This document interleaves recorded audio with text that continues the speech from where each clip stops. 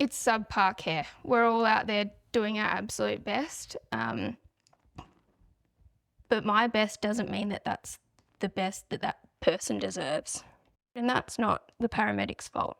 That's the government's fault. Negotiations have stalled between Ambulance Tasmania staff and the government, with industrial action set to escalate if things aren't resolved. Joining me from Ambulance Tasmania, Gabby.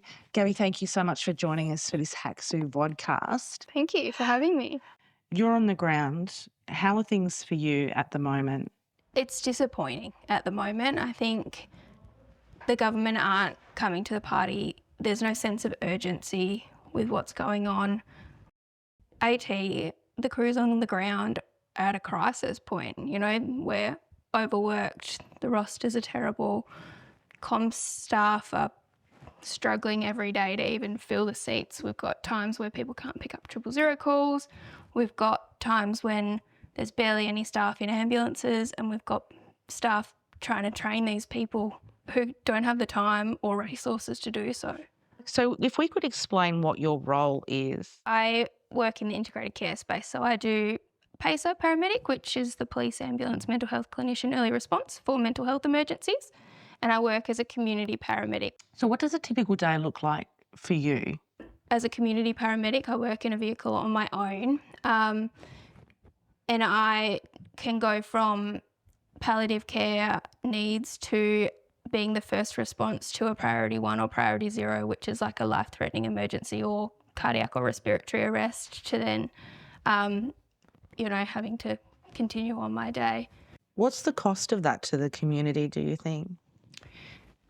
It's subpar care. We're all out there doing our absolute best, but my best doesn't mean that that's the best that that person deserves.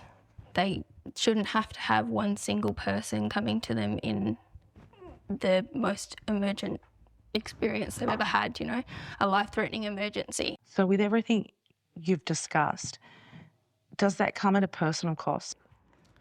I think it's really hard to watch people have to wait when I'm there, and I can only do so much before it needs to be managed in a hospital. So I can do all the things that I can, but then we wait for a stretcher or we wait for whatever resource that we don't have yet. They come, but it can be up to hours sometimes on scene with someone just waiting, which delays their care at hospital. It's hard to reflect on things that are out of my control, the wait times and things that I can't fix.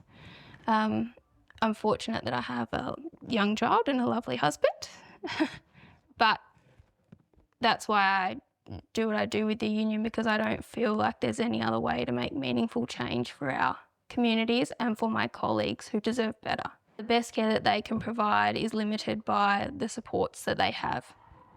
If they aren't, supported by fair rostering, which means not doing 14-hour night shifts that do extend to 15, 16 hours.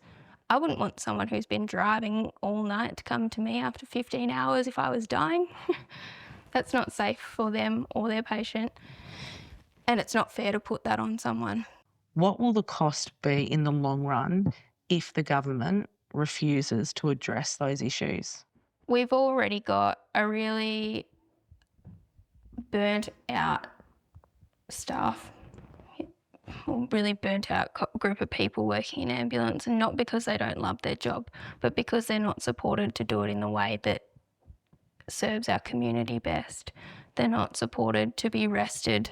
You don't need to be coming to work exhausted from shift to shift and still try and give your best. You can't, it's not sustainable, and what we've got is not sustainable. And the cost to the public will be that they're not getting paramedics at their best. There's going to be people who can't sustain this job, and we're going to continue to see short staffing. We're not going to recruit and retain long-term, good quality staffing because the pay isn't there and the rosters aren't there. And how far are you and your colleagues prepared to take it? So we presented our offer from the government to Hacksu members, which is a large proportion of ambulance staff. We have a really high percentage of workers who are union members. We did a survey and a very big response said, absolutely not, we're not accepting it, it's not good enough.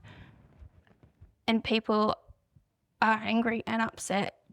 And so the industrial action, currently we're not doing overtime on certain days, which an effective service model wouldn't rely on overtime.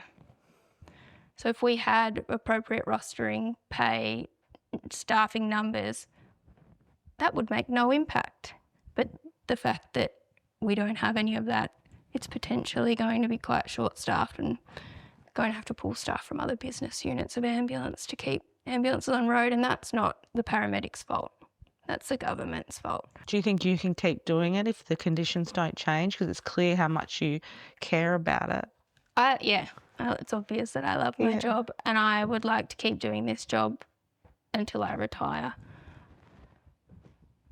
Over the past year or so, it's certainly something that I think about more are other options for me to sustain an appropriate work-life balance for my family and for myself.